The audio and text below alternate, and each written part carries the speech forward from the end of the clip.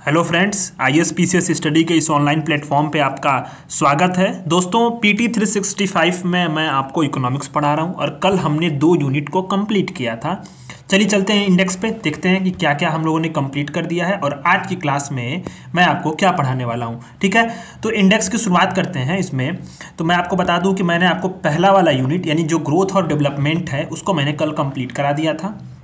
तो कल की क्लास में हमने ग्रोथ एंड डेवलपमेंट को कंप्लीट कर दिया था और उसके बाद जो तीसरा वाला यूनिट है labour employment and skill development, इसको भी हम लोगों ने कंप्लीट कर लिया था। आज की क्लास में आपको पढ़ाने वाला हूँ फिस्कल पॉलिसी। ठीक है, राजकोषीय नीति को जो है मैं शुरुआत करने वाला हूँ और इससे सवाल UPSC ने भर भर के बनाए हैं। आप प्रीवाईक्यू उठाकर देख लीजिए, जो इससे एकदम डायरेक्टली जो टॉपिक्स हैं उससे मैच करते हुए सारे PYQs आपको मिल जाएंगे। कल की क्लास में जब मैंने आपको पढ़ाया था तो टेलीग्राम जो लोग ज्वाइन किए होंगे, टेलीग्राम पे मैंने कुछ PYQ डाले थे कल की क्लास रिलेटेड, जैसे कि मैंने पहले वाले टॉपिक से संबंधित जो PYQ थे और स्किल जो labour employment and skill development है इससे संबंधित जो PYQ थे उसको मैंने कल टेलीग्राम पर डाल दिए थे। ठीक है, तो टेलीग्राम आप लोग ज्वाइन कर लीजिए, वहाँ पर मैं प्रीवियस ईयर क्वेश्चन को डाल रहा हूँ और PYQ को जो है एनालिसिस करके जो है आपको पढ़ाना है, ये आपके लिए बेहतरीन साबित होगा। तो आप लोग चैनल पे नए हैं, सब्सक्राइब जरूर करिएगा। शुरुआत करते हैं अपने कंटेंट पे। तो फिस्कल पॉलिसी में हम लोगों को जो है 7 आर्टिकल पढ़ना है, बहुत इंपॉर्टेंट है। ठीक है, तो इसमें राज्य वित्त को पढ़ेंगे। सभी आर्टिकल्स ऐसे हैं जिसको मैंने मंथली मैगजीन में जैसे मई से लेकर के दिसंबर तक मैंने पढ़ाया है, तो आपको मैंने लगभग सभी आर्टिकल्स को इसमें पढ़ाई दिया, कुछ छूटा नहीं है। हालांकि जो लोग नए होंगे उनके लिए भी जो है, क्योंकि मैं उनको बिल्कुल जीरो से पढ़ाऊंगा तो उनके लिए लाभकारी होगा और जो लोग पुराने हैं उनका तो रिविजन हो ही जाएगा। ठीक है, तो स्टार्ट करते हैं अपने कंटेंट पे। पहला वाला आर्टिकल दिया है आप स्टेट फाइनेंसेस। उससे पहले जो टॉपिक है इस फिस्कल पॉलिसी, इसको थोड़ा सा समझ लेते हैं कि फिस्कल पॉलिसी क्या होती है। एक होती है मॉनिटरी पॉलिसी, दूसरी होती है फिस्कल पॉलिसी। दोनों में बहुत सारे डिफरेंस हैं। तो फिस्कल पॉलिसी को हम लोग पढ़ते हैं कि जो सरकार क्या करती है कि जो राजकोषीय व्यवस्था होती है ना, राजकोषीय व्यवस्था, ठीक है, राजकोषीय जो व्यवस्था होती है वो सरकार की कुल प्राप्तियां कितनी हुई हैं, ठीक है, कुल प्राप्तियां कितनी हुई हैं और इसके साथ साथ जो है कुल जो है कितना व्यय हुआ है। ठीक है, ये क्या होता है, इसका व्यवस्था कैसे मैनेज होता है, राजकोषीय व्यवस्था, इसी को बोलते हैं राजकोषीय व्यवस्था। ठीक, तो सरकार जो है सरकार के आय को बढ़ाने के लिए और व्यय को प्रबंधित करने के लिए जो नीतियां होती हैं उन्हीं नीतियों को क्या बोलते हैं, फिस्कल पॉलिसी बोलते हैं। ठीक है, सिंपल सी भाषा में मैं आपको बता दूं कि सरकार का जो आय बढ़ाने के लिए, इनकम को बढ़ाने के लिए और एक्सपेंडिचर जो है उसको प्रबंधित करने के, उसको मैनेज करने के लिए जो भी नीति बनाएगी, जो भी पॉलिसी सरकार बनाएगी, उसी पॉलिसी को बोलेंगे फिस्कल पॉलिसी। सिंपल सी भाषा में आपको मैंने बता दिया। ठीक है, अब राजकोषीय जो नीतियां होती हैं उसकी जिम्मेदारी किसकी होती है, तो ये हमारी होती है वित्त मंत्रालय की जिम्मेदारी। ठीक है, जो राजकोषीय नीति होती हैं उसकी किसी जिम्मेदारी होती है, वित्त मंत्रालय की जिम्मेदारी होती है, आपको ध्यान देना होता है। ठीक है, अब शुरू करते हैं हम लोग स्टेट फाइनेंसेस पे। रिजर्व बैंक की ये रिपोर्ट है। इस रिपोर्ट को मैंने 2-3 बार ऑलरेडी पहले ही पढ़ा दिया है और आपको पता होगा कि मंथली मैगजीन जो आती है दिसंबर वाली, उसमें मैंने इसको अच्छे से पढ़ाया था, स्टेट फाइनेंसेस का। ठीक है, तो RBI की रिपोर्ट है। इंपॉर्टेंट यही बात है कि जो राज्य वित्त 2023-24 का अध्ययन, ये शीर्षक से रिपोर्ट किस संगठन ने जारी किया या किसके द्वारा जारी किया गया, सवाल ऐसे ही बन सकता है 1 लाइनर में। जो स्टेट पीसीएस दे रहे होंगे उनको भी ध्यान दें। तो ये जारी हो गया RBI के द्वारा। ठीक है, ये RBI ने जारी किया। इसका थीम क्या था कि जो भारतीय राज्य हैं उनकी जो राजस्व की डायनामिक्स है और जो राजकोषीय क्षमता है, ठीक है, उसके बारे में यहाँ पे विश्लेषण किया गया है। ठीक, तो आपको अब इतना तो बेसिक पता होना कि राजकोषीय क्षमता क्या होता है, फिस्कल पॉलिसी क्या होती है, ये सब चीज़ें बेसिक थोड़ा सा आपको पता होगा, मैं ये मान के चल रहा हूँ, क्योंकि अब इतना डिटेल में जाएंगे तो फिर मैगजीन काफ़ी लेंथी हो जाएगी। तो बाकी चीज़ें मैं बता रहा हूँ, उसमें जो आपको समझ में नहीं आएंगी वो सारी चीज़ें मैं आपको कंक्लूड करूँगा। तो रिपोर्ट के प्रमुख बिंदु पर नज़र डालते हैं। रिपोर्ट में बताया क्या गया है, जो कैपिटल एक्सपेंडिचर है, बजट के अनुसार बताया गया कैपिटल एक्सपेंडिचर वो क्या होगा, 42% होगा। ठीक है, और GDP का कितना है आपका 2.9%।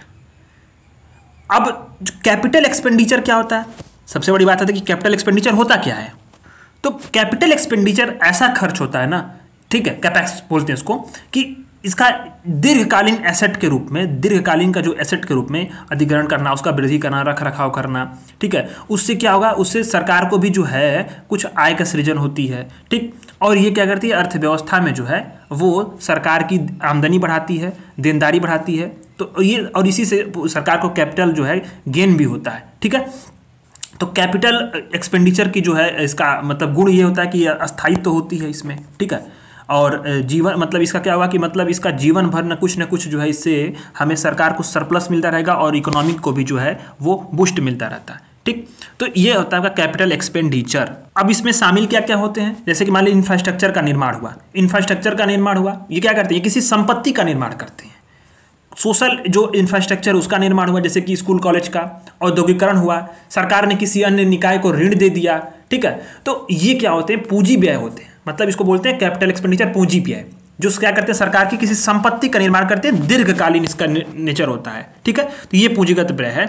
तो इस रिपोर्ट में बताया गया कि जो राज्य हैं, ठीक है, राज्य है जो राज्य नहीं सॉरी बजटीय अनुमान बताया गया इस रिपोर्ट में कि जो पूंजीगत परिव्यय है यानी कि टोटल जो कैपिटल एक्सपेंडिचर है वो उसकी वृद्धि 42.6% होगी।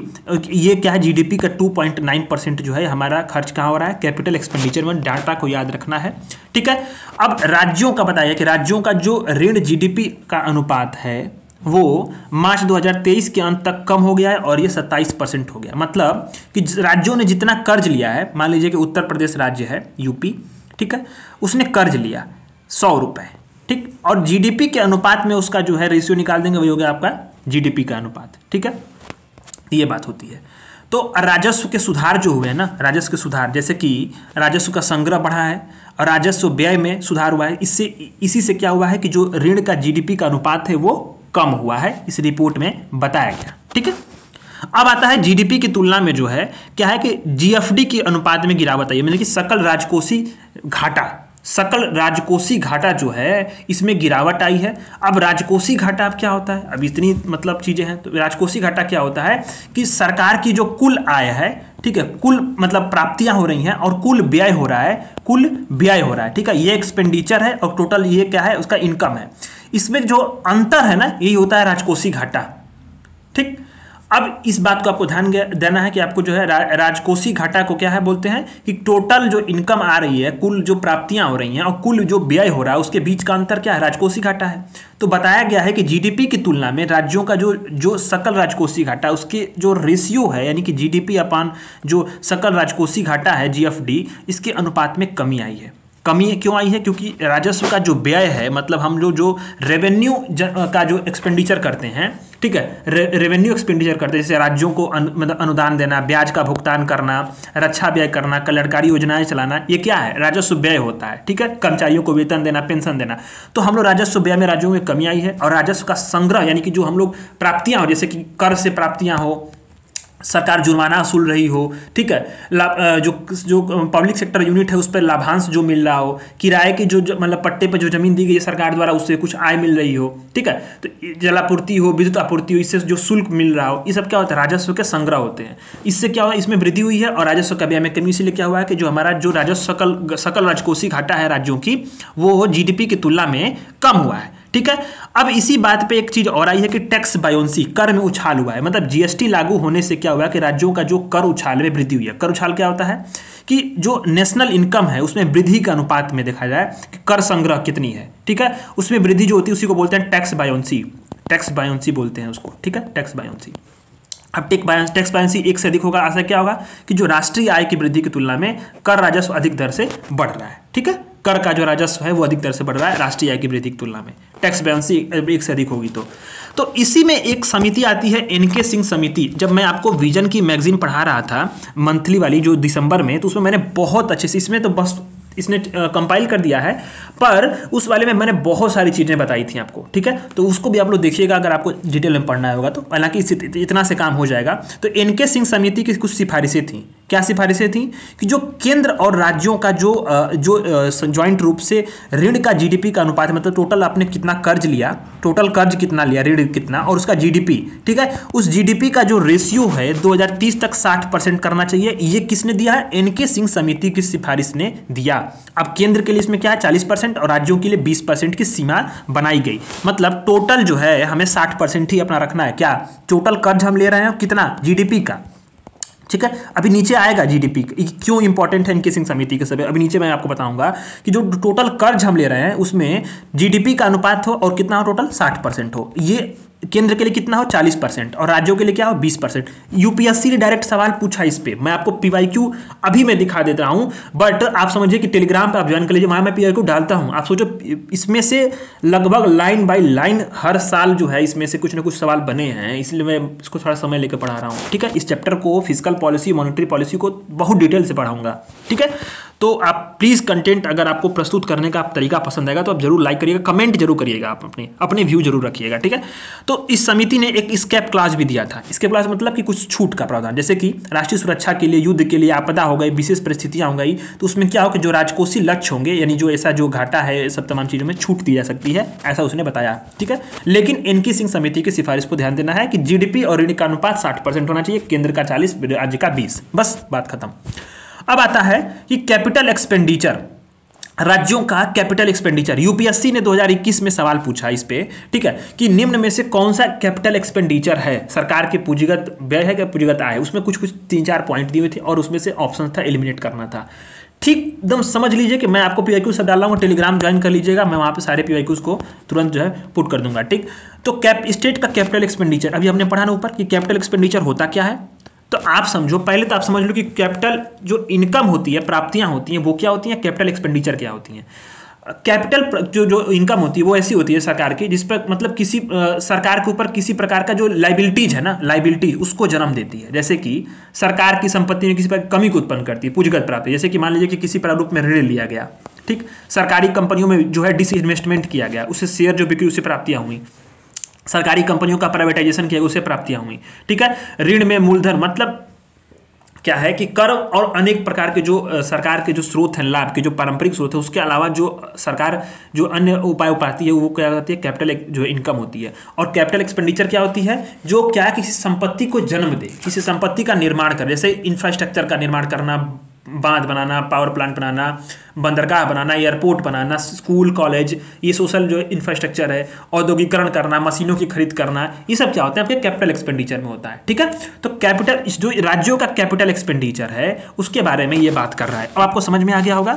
ठीक, तो इसमें दिया गया है सुर्खियों में क्यों रहा कि जो केंद्रीय वित्त मंत्रालय है, इसने इसका जो एक्सपेंडिचर विभाग है केंद्रीय वित्त मंत्रालय का, इसने जो चालू वित्त वर्ष है, जो वर्तमान में वित्त वर्ष चल रहा है, इसमें 16 राज्यों में, ठीक है, 16 राज्यों में 56,415 करोड़ रुपए का पूंजीगत निवेश, ठीक है, ये प्रस्ताव का मंजूरी दी है। और यह किसके तहत दिया गया है, तो special assistant to the state for capital investment, मतलब पूंजीगत निवेश के लिए राज्यों की विशेष सहायता वाली जो योजना है 2023-24, इसी के तहत जो है 56,415 करोड़ रुपए का पूंजीगत निवेश की बात की गई है। पूंजीगत निवेश होगा तो क्या बनेगा, इसमें बहुत सारे इंफ्रास्ट्रक्चर बनेंगे, सरकार के जो पूंजीगत व्यय बढ़ेगा, जैसे कि इंफ्रास्ट्रक्चर का निर्माण होगा, सोशल इंफ्रास्ट्रक्चर का निर्माण होगा, औद्योगिकरण को बढ़ावा मिलेगा, ठीक है, रोजगार जनरेट होगा। और क्या होगा, सरकार जो है कि अन्य निकायों को ऋण देगी, फंड देगी। इससे क्या हो सकता है, जैसे कि हम लोग रक्षा के क्षेत्र में जो इस हेल्थ सेक्टर में अन्य प्रकार की जो चीज़ें इंफ्रास्ट्रक्चर में हम लोग जो है अच्छा कर सकते हैं, और इससे जो है कि कहीं ना कहीं नई नई प्रकार की संपत्तियों का सृजन होगा। ठीक है, ये इसका मुख्य उद्देश्य है। तो अभी जो पूंजीगत निवेश के लिए राज्यों की जो विशेष सहायता है, ये 2023 की जो योजना, इसके बारे में जानते हैं। तो क्या है योजना की शुरुआत, कि इस तरह की योजना पहली बार वित्त मंत्रालय ने 2021 में कोविड-19 की महामारी के दौरान शुरू की थी। इसका उद्देश्य क्या था कि जो कैपिटल एक्सपेंडिचर अभी आपने ऊपर पढ़ा ना, कैपिटल एक्सपेंडिचर, इसको बढ़ावा देना है और पूंजीगत व्यय के जो मल्टीप्लायर इफेक्ट है उसको प्राप्त करना। मतलब पूंजीगत व्यय होता है, आप समझो, मान लीजिए कि इंडस्ट्री निकली, ठीक है, मान लीजिए आपने इंडस्ट्री लगा दिया, ठीक है, अब ये डिफेंस सेक्टर की इंडस्ट्री थी, ठीक, इससे क्या हुआ, इससे रोजगार हुआ, इससे लोगों को रोजगार मिला। इसी तरह से आपने जो है एक्सपेंडिचर आपने बढ़ाया और आपने जो है अच्छे अच्छे कॉलेज खोल दिए। कॉलेज से क्या हुआ, लोग अच्छे से पढ़े हैं, अच्छे लोगों मतलब जो अच्छे नागरिक का निर्माण होगा। इसमें से बढ़िया से बढ़िया डिग्री वाली जो होंगी, इसमें रिसर्च एंड डेवलपमेंट को बढ़ावा मिलेगा। अनेक प्रकार के जो है रिसर्च एंड डेवलपमेंट जब बनेंगे तो फिर हमें अनेक प्रकार के और मतलब उसमें एम्प्लॉयमेंट जनरेट होगा। अर्थव्यवस्था में मतलब जो डिमांड बढ़ेगी, इसके आय बढ़ेगा तो डिमांड बढ़ेगी, डिमांड बढ़ेगी तो सप्लाई भी मतलब बढ़ेगा। तो तमाम चीज़ें कि अर्थव्यवस्था एक पूरा चक्रीय अर्थव्यवस्था जो है, ये पूरा ये जो है सर्कुलेट होने लगती है और इससे क्या होता है कि अर्थव्यवस्था में गति मिलती है। ठीक, तो योजना के 8 भाग हैं, ठीक है। अब भाग 1 के तहत 1 लाख करोड़ रुपए का आवंटन किया गया है और योजना के अन्य भाग जो है इसके तहत मतलब बात की जाएगी कि भाग 1 के तहत राज्यों को केंद्रीय करों शुल्कों में हिस्सेदारी के अनुपात में राशि आवंटित की गई है। आवंटन 15वें वित्त आयोग की सिफारिशों के अनुसार किया गया है, ठीक है। 15वें वित्त आयोग की सिफारिशों के अनुसार किया गया। 16वें वित्त आयोग के जो अध्यक्ष का नाम बता सकते हैं आप लोग, तो कमेंट करिएगा क्योंकि अभी गठन हो चुका है उसका। 16वें वित्त आयोग का, ठीक है। तो 15वें वित्त आयोग के अनुसार इसको दिया जाएगा। तो पूंजीगत व्यय का जो रुझान है इसमें मतलब इसमें मैं आपको करना क्या है वो चीज़ मैं आपको बता रहा हूँ। ऑफ बजट जो है इसमें देखेंगे हम लोग कि कैपिटल एक्सपेंडिचर कैपेक्स का रुझान क्या है, कि इसमें बताया गया कि राज्यों का जो पूंजीगत व्यय है ना उसमें वित्त वर्ष 2022 में 29% की वृद्धि हुई थी, ठीक है। बस अब पूंजीगत व्यय में कमी आने के बावजूद क्या है कि सब्सिडी पर राज्यों का खर्च जो है तेज गति से बढ़ा है।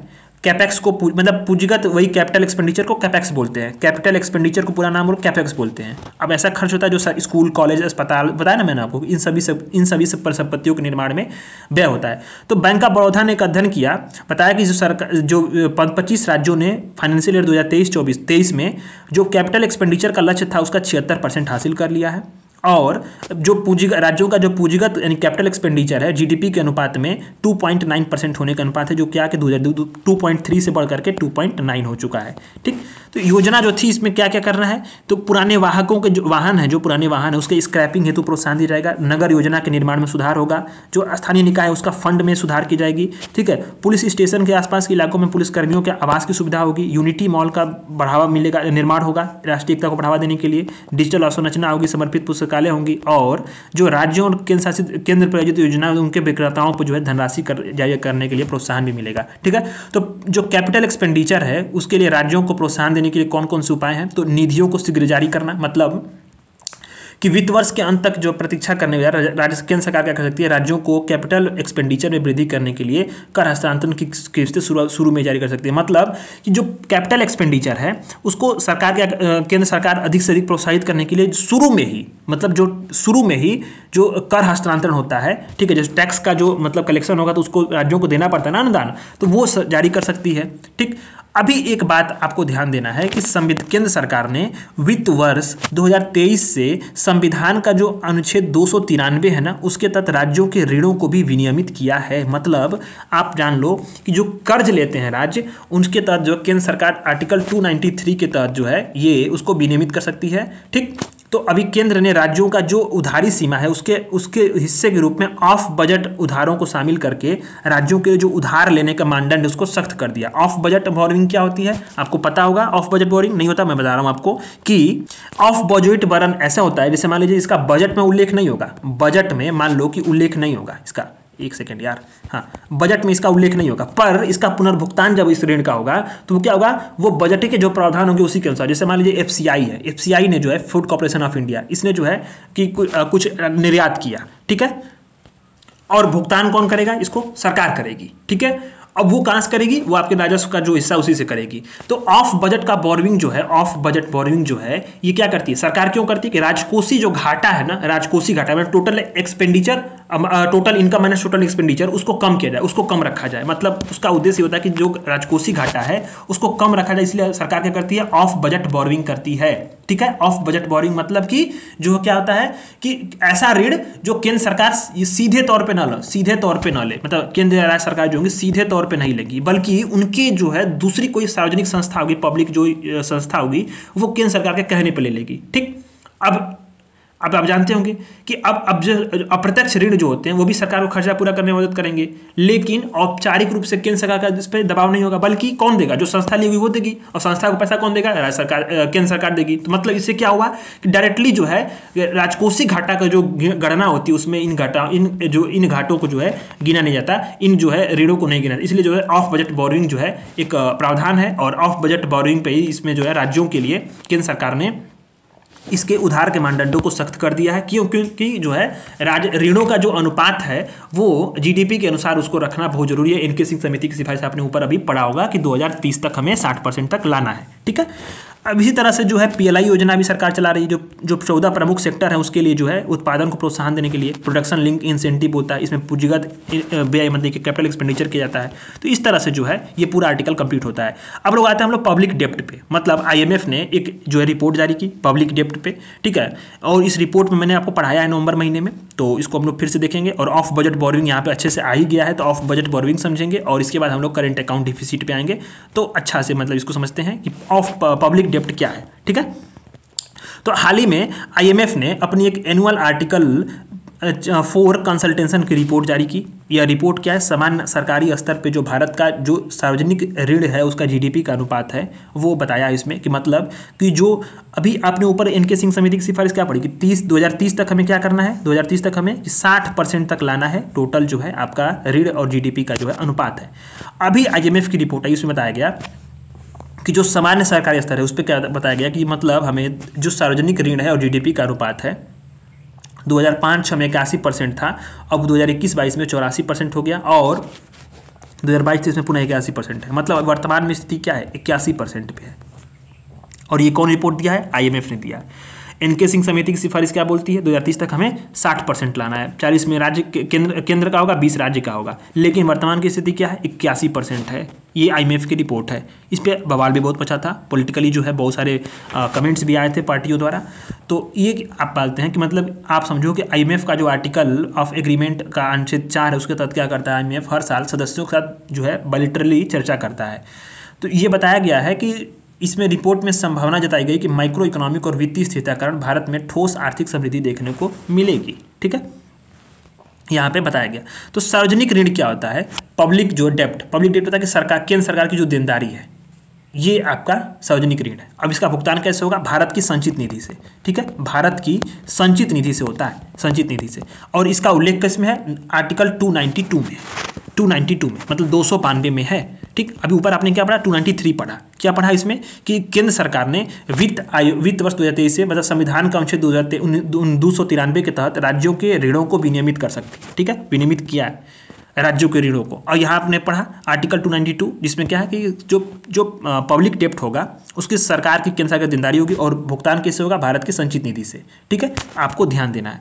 अच्छा, जो सार्वजनिक ऋण होता है उसमें समझो एक आंतरिक ऋण होगा, दूसरा बाहरी ऋण होगा। ठीक, तो अब आप समझो कि इसमें आंतरिक ऋण में भी दो बात होगी, एक होगा बिक्री योग्य प्रतिभूतियां, जो बिक्री योग्य सिक्योरिटीज हैं उसकी, और गैर बिक्री योग्य प्रतिभूतियां। और बाहरी ऋण में क्या होता है कि बाहरी ऋण जैसे कि आईडी हो गया, आईबीआरडी हो गया, आईबीडी हो गया। ठीक है, इन सारे जो बहुपक्षीय ऋण के संस्थान होते हैं, मल्टीलेटरल इंस्टीट्यूशंस होते हैं जो कि कर्ज प्रोवाइड करते हैं, एडीबी इंस्टीट्यूशंस हो गया। ठीक है, तो इस तरह से जो है वहाँ से कर्ज लिए जाते हैं।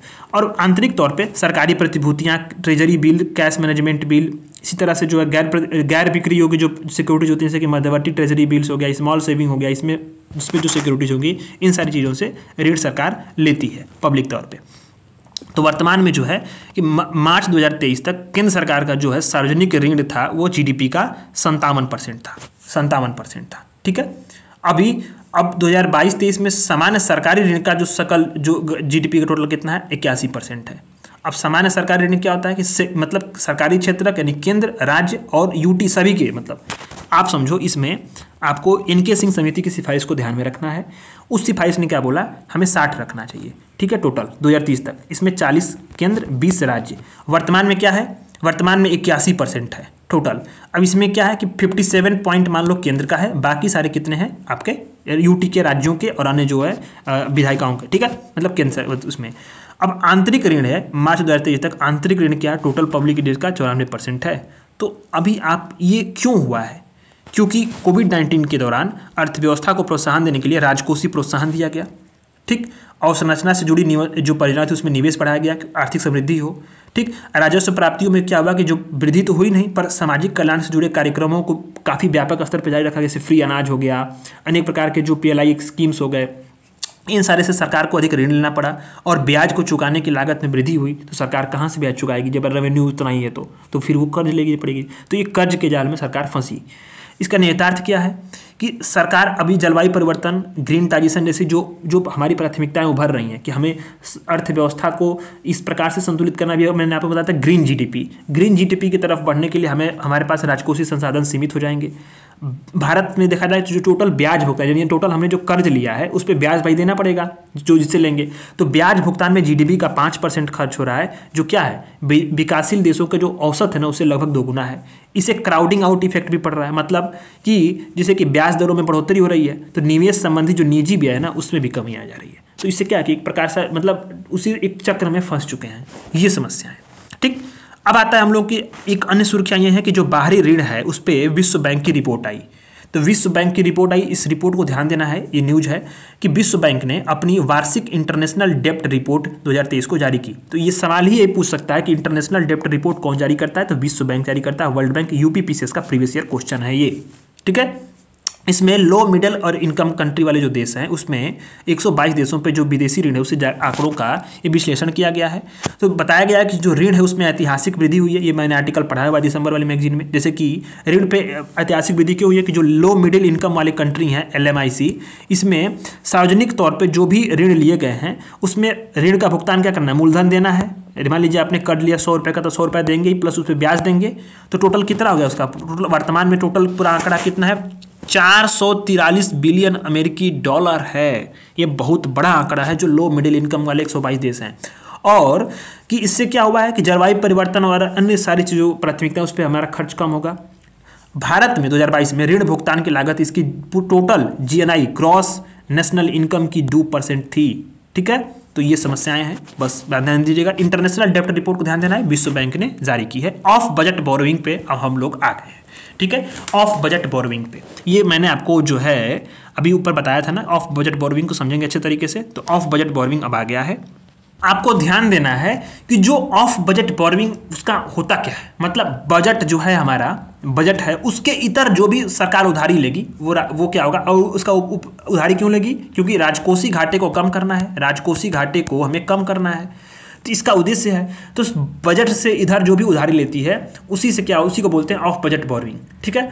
अब इससे क्या होता है, राजकोषीय घाटा से क्या होगा, सरकार की वित्तीय स्थिति है उसकी पता चलती है ना, वित्तीय स्थिति, क्योंकि राजकोषीय घाटा पे जाना होगा total income minus total expenditure. अब वित्तीय स्थिति से मालूम चल रही है तो सरकार इसको छुपाने के लिए या फिर मतलब उसको अच्छा दिखाने के लिए क्या करती है, ऑफ बजट बोरोइंग करती है, ठीक। अब ऑफ बजट बोरोइंग सीधे तौर पे केंद्र सरकार तो लेती नहीं है, दूसरी कोई सार्वजनिक संस्था होती है केंद्र सरकार कहने पे ले लेती है। अब ये मतलब अब ये खर्च पूरे करते हैं सरकार की जो ये ऑफ बजट बोरोइंग होती है, लेकिन भुगतान कौन करता है, वो संस्था करती है। और उस संस्था को भुगतान कौन करेगा, कहीं ना कहीं डायरेक्टली इनडायरेक्टली सरकार कर देती है, ठीक है। तो यानी बजट में प्रावधान तो नहीं है, पर क्या है कि हम लोग जो है उसका ऋण का एक जो है खाका बन चुका है, तो ये समस्या है। और इसी ने मतलब कैग ने जो है इसी पर मतलब रिपोर्ट लाने के लिए बात करी कि इसको जो है सार्वजनिक करिए पहले, और 15वें वित्त आयोग ने भी इसको जो है पूर्ण रूप से प्रकट करने का आदेश सुझाव दिया था। जो है कि ये कौन बोला था, आपका 15वां वित्त आयोग, कि आप किसी न किसी तरह से जो ऑफ बजट बोरोइंग है उसको आप लोग जो है कम से कम उसको ओपनली आप जो है सरकारें इसको सामने लाएं। तो ये आपने बता दिया मैंने आपको जो है एक्स्ट्रा अलग से। अब आते हैं हम लोग, centre for social economic progress ने भारत सरकार द्वारा जो बजटर उधारियां यानी कि जो ऑफ बजट बोरोइंग है उस पर एक रिपोर्ट जारी की। अब ऑफ बजट क्या उधार होता है कि जो उन उधारियों से जिसका बजट में उल्लेख नहीं होता है, ठीक। पुनर्भुगतान के लिए बजटीय संसाधनों का ही उपयोग होता है भले ही। अब राजकोषीय नेतार्थों को, अब ये चीज़ जो मैं आपको पढ़ा रहा हूँ वही सब चीज़ें हैं, इसको हम लोग पढ़ लेते हैं, इसके बाद हम लोग आर्टिकल खत्म कर देंगे इसको। तो राजकोषीय नेतार्थों के बावजूद क्या होता है, जो ऑफ बजट बोरोइंग होता है राजकोषीय संकेतकों गणना का हिस्सा नहीं होती है। आपको ध्यान देना है कि ये क्यों सरकार ले रही है ऑफ बजट बोरोइंग, क्योंकि राजकोषीय गणना मतलब राजकोषीय स्थिति हमारी ठीक दिखे उससे बचने के लिए।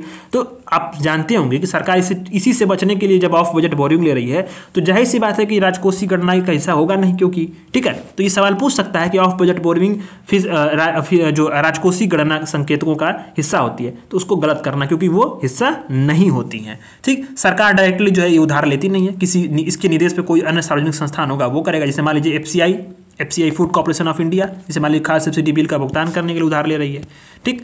तो ये क्या हुआ कि अब आप समझो, यहाँ बहुत अच्छी अच्छी चीज़ें आपको समझने के लिए मिलेंगी। जैसे कि इसमें दिया है FRBM एक्ट बहुत इंपॉर्टेंट है। अब यहाँ सवाल बन सकता है, सवाल बना हुआ है कि सरकार द्वारा जो ऑफ बजट बोरोइंग उसका सहारा लेने का कारण क्या है कि जो FRBM एक्ट 2003 है उसके तहत राजकोषीय घाटे के लक्ष्य को दरकिनार करना, मतलब राजकोषीय घाटे का जो लक्ष्य FRBM एक्ट के तहत बनाया गया था, ठीक उसी के तहत जो है लक्ष्य को दरकिनार करने के लिए, मतलब उससे बचने के लिए, मतलब इसी तरह से रास्ते से निकलने के लिए सरकार लेती है, ठीक है।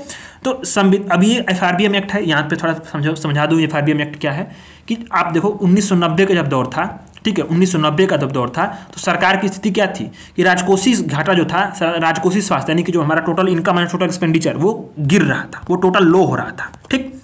अब इसके लिए क्या हुआ कि विजय केलकर, एक थे विजय केलकर, ठीक है, लिख लीजिए विजय केलकर, ठीक। विजय केलकर नाम तो आपने सुना ही होगा, विजय केलकर। इन्हीं के नेतृत्व में कमेटी बनाई गई, ठीक। और इसी विजय केलकर समिति ने, इसी टास्क फोर्स ने कुछ जो है सुझाव दिए, जिसे सरकार ने एफआरबीएम एक्ट के तहत पे इसको पारित कर लिया। तो सवाल ये पूछ सकता है कि एफआरबीएम एक्ट के जो मतलब अनुशंसा करने वाली समिति कौन सी थी, तो वो थी विजय केलकर समिति। विजय केलकर समिति, राइटिंग को थोड़ा इग्नोर करिए पर इसको जो है याद कर लीजिएगा, ठीक, इसमें नहीं दिया हुआ है। अब ये क्या बताया गया था कि प्रत्येक, इसने बोला था कि जो प्रत्येक वर्ष क्या होगा, राजकोषीय घाटे में 0.3% की कमी आप लाओ, 0.3% की कमी लाओ, ठीक, और ये बनाया गया इसमें। अब इसी के लिए जो ना अभी आप देखो 2000, अब जब मोदी सरकार आ गई 2016 में क्या हुआ, इसी पर एफआरबीएम एक्ट पर रिव्यू करने के लिए एनके सिंह समिति, जो एनके सिंह आपने ऊपर पढ़ा ना, उन्हीं एनके सिंह समिति ने फिर से जो है इस पर रिव्यू कमेटी गठन किया, ठीक है। अब इसने भी बोला, इसने भी यह बोला कि मतलब सरकार का जो राजकोषीय घाटा है उसको क्या किया जाए, उसको जो है आपको कि 2023 तक, यानी 2023 तक जो बीता उसको क्या करना है आपको 2.5% पर लाए। कहाँ से? 3.5 से घटा करके 2.5 पे लाए, ये बोला। कब गठित हुई थी एनके सिंह समिति? 2016 में। और इसी समिति ने जो ऊपर आपने आर्टिकल पढ़ा कि आपको राज्यों का जो जीडीपी का कर्ज और जीडीपी का जो अनुपात है 60% होना चाहिए, इसी वाले जो रिव्यू था ना, इसी कमेटी में इसने दिया कि जो जीडीपी और ऋण का जो अनुपात है वो 60% होना चाहिए, इसी वाले जो समिति ने दिया था, एनके सिंह समिति, ठीक है। तो 2016 में गठित हुई थी। इसने आपने दो पढ़ लिया एनके सिंह समिति में कि एक तो आपका ऋण और जीडीपी का अनुपात 60% होना चाहिए, दूसरा कि जो आपका एफआरबीएम का जो मतलब कि राजकोषीय जो लक्ष्य है वो आपका क्या है कि 2.5% लाना चाहिए 2023 तक, ठीक है। ये बात आपने बता दिया। और इस समिति ने यह भी बोला था कि राजकोषीय परिषद की स्थापना की जाए, कि जो क्या करे, राजकोषीय नीतियों का जो है ये क्या करे कि इसका निर्माण करे। तो आपने पढ़ लिया राजकोषीय अधिनियम के तहत जो बातें हुई थी विजय केलकर समिति से एनके सिंह समिति पर। अब इस आर्टिकल में बताया गया है कि संविधान के अनुच्छेद 293(3) में उधार लेने की सीमा से बचने के लिए सरकार क्या करती है, जो ये मतलब ऑफ बोरिंग बजट लेती है, ठीक। यदि राज्य सरकार के पास केंद्र का कोई बकाया ऋण है तो वैसे, और जहां वो केंद्र गारंटर है, तो ऐसी स्थिति में भी जो है नया ऋण लेने के लिए केंद्र सरकार की प्राप्त करने की आवश्यकता होती है, ये बताया गया है। केंद्रीय अनुदान में देरी या राजस्व के अन्य स्रोतों में कटौती होती है, तो उससे बचने के लिए सरकार क्या करती है, ऑफ बजट बोरिंग ले लेती है, क्योंकि यहाँ पे अगर आप अपने राजकोषीय प्रबंधन को नहीं करेंगे तो आपको जो है कटौती होती है, ठीक है। तो ये ऑफ बजट बोरिंग होता है। अभी केंद्र सरकार ने इसी पर जो है मानदंड को जो है अधिक मजबूत किए हैं और इसको रोका है, ठीक। अब ऑफ बजट बोरिंग का प्रभाव क्या होगा कि अदृश्य देनदारी होती है, सरकार के लिए ऋण जाल बन जाती है, जवाबदेही पर प्रतिकूल प्रभाव पड़ता है क्योंकि जांच होती नहीं आमतौर पे, ठीक है। तरीके क्या है कि राष्ट्रीय बचत योजनाएं हैं, गारंटी प्राप्त सरकारी फुल सर्विस बॉन्ड, घरेलू बाजार से उधार लेना, ये सब तारीख क्या है कि तरीके हैं ऑफ बजट बोरिंग को लेने के लिए, ठीक है। बस बात खत्म। अब आते हैं हम लोग की करंट अकाउंट डिफिसिट, तीसरा वाला आर्टिकल है, बहुत इंपॉर्टेंट है। करंट अकाउंट डिफिसिट को हम लोग अच्छे से समझेंगे। इस आर्टिकल को पढ़ने से पहले मैं आपको थोड़ा सा बहुत सारी चीज़ें, बेसिक चीज़ें बताऊंगा, तभी आपको समझ में आएगा, ठीक है। वैसे आप लोगों ने पढ़ा होगा, मुझे उम्मीद है कि आप लोग थोड़ा बहुत तो जानते होंगे करंट अकाउंट डिफिसिट के बारे में, बैलेंस ऑफ पेमेंट के बारे में, ठीक है। यूपीएससी ने यहाँ से सवाल पूछे हैं, बहुत बार पूछे हैं, तो ये इंपॉर्टेंट हो जाता है आपको, ठीक है, आपको ध्यान देना है। तो करंट अकाउंट डिफिसिट क्यों न्यूज में रहा, क्योंकि वित्त वर्ष 2024 की पहली तिमाही में, मतलब 2024 का जो पहली तिमाही है ना, उसमें चालू खाता घाटा जो है, करंट अकाउंट डिफिसिट जो है वो बढ़ करके, भारत का जो चालू खाता घाटा है करंट अकाउंट डिफिसिट, वो बढ़ करके $9.2 बिलियन हो गया है। पहले क्या था, 1.3 था, अब क्या हो गया, ये 9.2 हो गया है, मतलब बहुत है। फिर इस पर दूसरी तिमाही में जीडीपी के 1% पे आ गया, तो ये बहुत बड़ा न्यूज है, ठीक है, करंट अकाउंट डिफिसिट। तो हम लोग पढ़ते हैं कि पहले बैलेंस ऑफ पेमेंट क्या होता है, फिर अकाउंट मतलब करंट अकाउंट जो है कैपिटल अकाउंट को समझेंगे, ठीक है। तो बैलेंस ऑफ पेमेंट के बारे में समझने से पहले मैं आपको थोड़ा सा और क्लियर कर दूं कि ये जो आपको स्टैटिक पार्ट में पढ़ा रहा हूं वो आपको ऐड ऑन कर रहा हूं, तो आपको अगर समझ में नहीं आ रहा होगा तो आपको नोट कर लीजिएगा, ठीक है। और कंटेंट पसंद आ रहा तो अपने व्यू जरूर दीजिएगा, मतलब अपने कमेंट जरूर करिए कि आपको कैसा लगा क्लास, क्या मुझे चीज़ें शामिल करनी चाहिए, क्या मुझे और उसमें आपको ऐड करना चाहिए जिससे आपको जो है और अच्छा लगे और आपको समझ में आए, ठीक है। तो आप जरूर बताइएगा अपने कमेंट के माध्यम से। तो मान लो कि एक वित्तीय वर्ष है, ठीक है, वित्तीय वर्ष में भारत है, ये मान लो कि हमारा जो है, एक सेकेंड यार नक्शा मेरे से गड़बड़, मान लो ये भारत है, ठीक है, भारत है, और ये मान लो चाइना है, या फिर ये ऑस्ट्रेलिया है, यूके है, मान लो सब मान लो बहुत सारे देश हैं। तो ये वित्तीय वर्ष है, वित्तीय वर्ष 2023-24। अभी पूरे साल में मान लो कि विश्व के साथ हम क्या कर रहे हैं, इसके साथ व्यापार कर, इसके साथ व्यापार कर रहे हैं, इसके साथ व्यापार कर रहे हैं, इसके साथ व्यापार कर रहे हैं। तो जो हम व्यापार कर रहे हैं तो उसके लिए क्या करेंगे, हम वित्तीय लेन देन करेंगे। मतलब आप मान लीजिए कि हमने चाइना से जो है LED लाइट खरीदी, तो पेमेंट करेंगे ना चाइना को हम, ठीक। तो अब वित्तीय लेन देन होगा ना, उसी को बोलते हैं पूरे विश्व के साथ क्या होगा, ये बैलेंस ऑफ पेमेंट, उस देश का भुगतान संतुलन कहते हैं, ठीक है, उसी देश को भुगतान संतुलन कहेंगे, ठीक। अब अगर मान लो कि हम जितना मतलब आयात कर रहे हैं, ठीक है, मान लो कि हम जो है आयात कर, मतलब हमारे विदेशी हमारे यहाँ आयात कर रहे हैं, ठीक, तो हम क्या करेंगे, पेमेंट करेंगे ना। हम जब हम वहाँ से आयात करेंगे किसी चीज़ों को अपनी तरफ, तो हम क्या करेंगे, पेमेंट करेंगे। तो पेमेंट करेंगे तो क्या होगा, विदेशी मुद्रा हमारा बहिर्गमन होगा, मतलब विदेशी मुद्रा हमारे यहाँ से बाहर जाएगी। तो उससे उस स्थिति में क्या होगा, चालू खाता मतलब हमारा जो भुगतान संतुलन क्या होगा, वो नकारात्मक जाएगा, क्योंकि हमारे यहाँ से विदेशी मुद्रा का बहिर्गमन हो रहा है।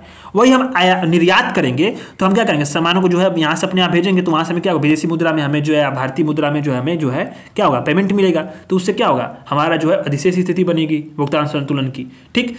तो यदि उसी तरह से मानते हैं कि जो ये क्या हो गया, आपका बैलेंस ऑफ पेमेंट हो गया, मतलब किसी देश के निवासियों के बीच में और शेष विश्व के बीच में किसी विशिष्ट समय अवधि में, मतलब इसी वित्तीय वर्ष में, आमतौर पर एक वर्ष में, आप जान गए, वस्तुओं सेवाओं और जो एसेट है उसका लेन देन हो, उसको क्या बोलते हैं, आपका बैलेंस ऑफ पेमेंट बोलते हैं, ठीक है। अब एक बात है कि बैलेंस ऑफ पेमेंट कैसे होता है, तो मान लो कि आप अब उसका कैसे लेखांकन होगा, अकाउंटिंग कैसे होगी। तो आप समझो कि किसी देश में जब विदेशी मुद्रा का आगमन, मान लिया हमने आयात निर्यात कर रहे हैं, तो विदेशी मुद्रा का आगमन और पलायन तो होता ही हो रहेगा। जो किसी देश में विदेशी जो मुद्रा होती है, विदेशी मुद्रा होती है, उसका आगमन, ठीक है, अराइवल, और मतलब पलायन, मतलब कि जो है मतलब जा रही है, ठीक है, पलायन, ठीक है, पी से मान लो उसको डिनोट कर दे रहे हैं, ठीक है। तो उसका क्या होगा, दो खातों में अलग अलग होगा, आगमन और पलायन दो अलग अलग खातों में होगा उसका लेखांकन, अकाउंटिंग। कौन से अकाउंट होंगे, मतलब होंगे, तो एक होगा करेंट अकाउंट, ठीक है, इसको थोड़ा सा अच्छे तरीके से मैं आपको लिख दूं। एक होता है आपका करेंट अकाउंट, ठीक, और दूसरा होगा कैपिटल अकाउंट। यानी कि ये क्या होगा, आपका जो चालू खाता, और ये हो गया आपका कैपिटल मतलब अकाउंट, यानी कि पूंजी खाता, ठीक है। तो जो चालू खाता होता है, इसमें क्या होगा, ये मतलब दो जो बीओपी के दो खाताओं में से एक होता है। अब इसमें ये होगा कि वस्तुओं सेवाओं का निर्यात होगा, ठीक, वस्तुओं सेवाओं का आयात निर्यात होगा, और जो भुगतान को दर्ज किया जाएगा, ठीक है, ट्रांसफर पेमेंट को, जैसे कि मान लो उपहार। तो अब इसमें चालू खाता में दो चीज़ें आएंगी, जैसे आयात निर्यात हम कर रहे हैं तो वस्तु सेवाओं का निर्यात करेंगे, और कुछ अदृश्य मदें आती हैं, अदृश्य मदें, अदृश्य जैसे कि सेवाएं, सर्विसेज क्या है, ये अदृश्य सेवाएं हैं। मान लीजिए हमने क्या किया कि हम जो है, हम सॉफ्टवेयर इंजीनियर हैं, हम यूके की कंपनी से एग्रीमेंट किया, और उसको मैंने कुछ टेक्नोलॉजिकल संबंधी जो है कुछ उसको मैंने हेल्प प्रोवाइड किया, कंसल्टेंसी दिया, तो उसके मुझे भुगतान मिला। वो क्या थी, वो एक अदृश्य सेवाएं थी, मतलब किसी वस्तु के रूप में नहीं है, वो मैंने अपना ज्ञान था उसको वहाँ पे यूज किया, यूटिलाइज किया, वहाँ से मुझे आय मिल गया। ये अदृश्य सेवाएं होंगी, ठीक है, ये अदृश्य सेवाएं।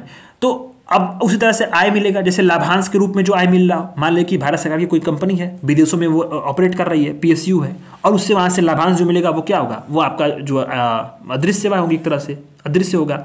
फिर प्रेशर, रेमिटेंस क्या होगा, आपका करेंट अकाउंट में आएगा, ठीक है। तो आपको ध्यान देना, रेमिटेंस मतलब कि जो मान लीजिए कि हमारे यहाँ से जो लोग जाते हैं बाहर देशों में काम करने के लिए, जैसे आप मान लो कि सऊदी अरब में लोग काम करते हैं, सऊदी अरब में कमा के यहाँ घर भेजते हैं अपने यहाँ, तो वो क्या होगा, रेमिटेंस हो गया, ठीक है। तो रेमिटेंस भी आएगा, ठीक है, आय लाभांश के रूप में, ब्याज के रूप में आय मिलेगी, वो सेवाएं, आयात निर्यात, ये क्या होंगे, आपके करेंट अकाउंट में शामिल होते हैं। कैपिटल अकाउंट में क्या होगा कि मान लो कि हमने कैपिटल अकाउंट में छोटे समय के लिए ऋण का लेन देन हुआ, मध्यकाल मतलब अल्पकालीन ऋण हो गया, दीर्घकालीन ऋण हो गया, मध्यकालीन ऋण हो गया, ठीक है। एनआरआई द्वारा जो मतलब नॉन रेजिडेंशियल इंडियन है एनआरआई, इनके द्वारा जो भारत में जमा की गई राशि है वो भी क्या है कि ऋण है एक तरह से। एफडीआई, मान लीजिए भारत फॉरेन डायरेक्ट इन्वेस्टमेंट आ रहा है, एफपीआई आ रहा है, फॉरेन इंस्टीट्यूशनल इन्वेस्टमेंट आ रहा है, फॉरेन पोर्टफोलियो इन्वेस्टमेंट आ रहा है, ये सारे क्या है, ये आपके जो है कैपिटल अकाउंट है, ठीक है। तो ये आपको ध्यान देना है, ठीक। तो करेंट अकाउंट और कैपिटल अकाउंट आपने समझ लिया। तो अब इसमें थोड़ा सा ये क्या लिखा है, इसकी लैंग्वेज हम लोग पढ़ लेते हैं कि करेंट अकाउंट जो होता है, इसमें वस्तुओं सेवाओं का निर्यात होगा, आयात होगा, और ट्रांसफर पेमेंट होगा, उसको दर्ज करते हैं। ट्रांसफर पेमेंट ऐसी होती है जो निवासियों द्वारा किसी वर्तमान या भावी भुगतान के बिना निःशुल्क प्राप्त किया, जैसे कि उपहार हो गया, प्रेशर मतलब प्रेशर हो गया, अनुदान हो गया, ये सारी चीज़ें क्या होती हैं, आपके करेंट अकाउंट में होती हैं, ठीक है। कैपिटल अकाउंट में कि एक विशिष्ट समय यानी कि एक वित्तीय वर्ष में जो क्या है कि एक वर्ष संपत्ति की अंतर्राष्ट्रीय खरीद और बिक्री, जैसे कि धन का, स्टॉक का, बॉन्ड का, कर्जा ले रहे हैं, वो सब चीज़ें आती हैं। जैसे यहाँ पे बताया गया है, आप देखो यहाँ पे ये बनाया गया है अच्छे तरीके से, जैसे कि बीओपी है, उसमें दो अकाउंट है, एक कैपिटल और एक करेंट। इसमें एक दृश्य है, एक अदृश्य है। दृश्य में क्या है, जैसे कच्चा तेल मान लो खरीद रहे हैं, आयात निर्यात कर रहे हैं, ठीक है, कार खरीदे, मोबाइल, कंप्यूटर, ये सब चीज़ें आयात निर्यात होती हैं, वो क्या होती है, दिखता है, जो वस्तुओं का निर्यात होगा। एक अदृश्य होगा, जैसे सेवा सेक्टर हो गया, सर्विस, मैंने आपको बताया ना, वो उदाहरण देकर, जैसे मान लीजिए आप सॉफ्टवेयर इंजीनियर हैं, मान लीजिए आप जो बैंकर हैं, इस तरह से जो आय ब्याज लाभांश हो रहा है, जो कंपनी है सरकार की, उसको मान लो कि ब्याज मिला, एक सरकार ने मान लीजिए कि किसी देश को ऋण दे दिया है, कर्ज दे दिया है, कर्ज से उसको क्या मिला, ब्याज मिला, वो क्या होगा, आपका करेंट अकाउंट में ये होगा, ठीक है। रेमिटेंसेस होते हैं, दान होता है, उपहार होता है, ठीक है। अब कैपिटल अकाउंट में क्या होगा, निवेश। मान लीजिए कोई निवेश आ रहा है, वो क्या हमारा कैपिटल अकाउंट है। FDI आ रहा है, FII आ रहा है, foreign institutional investment, foreign direct investment. ऋण है, मान लीजिए सरकारी ऋण है या बाहरी उधारी ऋण है। NRI बैंक का खाता है, मान लीजिए NRI कोई है और बैंक का खाता उसने खुलवाया है, तो भारत सरकार के लिए वो पूंजीगत अकाउंट में आएगा, ठीक है। तो इसको आपको ध्यान देना, इस वाले पूरे फ्लो चार्ट को आपको रट जाना है, ठीक है। सवाल यहाँ से बने हैं तो आपको इसको कई बार पढ़ना है। तो भारत में जो करंट अकाउंट डिफिसिट है, यानी जो आपने देखा होगा करंट अकाउंट वाला ऊपर वाला, यानी करंट अकाउंट में कौन कौन सा है, ये वाला, ठीक है। तो इसमें क्या हुआ कि इसमें जो है कि करंट अकाउंट डिफिसिट क्यों हुआ है, क्योंकि मतलब इसमें अधिक जो विदेशी मुद्रा का बहिर्गमन है, वो फ्लो है वो काफ़ी ज़्यादा हुआ है, इनफ्लो कम हुआ है, आउटफ्लो ज़्यादा हो गया है। तो ये मतलब हुआ है, ऐसा क्यों हुआ है कि हमारा व्यापार घाटा बढ़ा है, ठीक है। आयात बढ़े हैं, निर्यात घटा है, इसी कारण से, ठीक। सर्विसेज रिसिप्ट में गिरावट आई है, वैश्विक कारकों का भी प्रभाव पड़ा है, तेल की कीमतों में बढ़ोतरी हुई है, FDI में गिरावट आई है, ठीक है। ये बातें हैं, बस आप समझ जाओ। और इसके खतरे क्या हैं कि जो है ये करंट अकाउंट डिफिसिट को बनाए रख सकता है, जो एक्सटर्नल सेक्टर में संकट है, ये बात है। और दूसरी चीज़ क्या है कि इसके मतलब कौन कौन सी बातें हैं, तो जो भू राजनीतिक जो जोखिम है, वैश्विक कमोडिटी कीमतों में बढ़ोतरी हो रही है, कोविड-19 के नए वेरिएंट का डर है, अमेरिकी जो मौद्रिक नीतियाँ हैं वो भी क्या कर रही हैं कि जो करंट अकाउंट डिफिसिट है उसको बढ़ा सकते हैं, ठीक। अब इसके विदेशी निवेश विनिमय दर, मुद्रास्फीति, भुगतान संतुलन, ये सारी चीज़ें पैदा हो सकती हैं स्थितियाँ। आपको ध्यान क्या देना है कि हमें बस current account deficit, capital account, इसके वाले फ्लो चार्ट को आपको रट जाइएगा, सवाल यहाँ से बनेगा, कंफ्यूजन नहीं होना चाहिए, ठीक है। और एक टूटा ट्विन डिफिसिट। ट्विन डिफिसिट क्या होता है, ट्विन डिफिसिट में अब यहाँ पे नहीं दिया ट्विन डिफिसिट। अब आपने ऊपर अपने क्या पढ़ा, राजकोषीय घाटा पढ़ा होगा ना, राजकोषीय प्रबंधन, मतलब जाके कुल प्राप्ति और माइनस कुल आय, कुल आय माइनस कुल व्यय, ये क्या राजकोषीय आपका हो गया प्रबंधन। तो राजकोषीय घाटा अगर ज़्यादा हो और चालू खाता यानी कि जो आपका करंट अकाउंट डिफिसिट हो, ये वाला, ठीक है, ये वाला चालू खाता घाटा हो और राजकोषीय घाटा हो, तो दोनों की जब स्थितियाँ होती है इसको क्या बोलते हैं, ट्विन डिफिसिट बोलते हैं। ये ट्विन डिफिसिट होता है, ठीक है, ध्यान दीजिएगा इसको, मतलब कंफ्यूज मत होइएगा, ठीक है। पूंजीगत खाता ट्विन डिफिसिट में नहीं आता, जो है ये चालू खाता आता है, ठीक। अब आप लोग आते हैं डेटेड सिक्योरिटीज़ पे, डेटेड सिक्योरिटीज पे, यानी कि दिनांकित प्रतिभूतियां, ये इंपॉर्टेंट है, बहुत सारी चीज़ें इसमें मैं समझाऊंगा। इसके बाद जो है हम लोग आएंगे GST पे सीधे सीधे, ठीक है। तो हम लोग पढ़ते हैं डेटेड सिक्योरिटीज, बहुत इंपॉर्टेंट है। अभी आपने ऊपर पढ़ा कि राजकोषीय घाटा, ठीक है, राजकोषीय घाटा के इनकी समिति ने क्या सिफारिश की थी कि हमें 2.7 पे लाना है, ठीक है, कब तक, 2023 तक, ठीक है।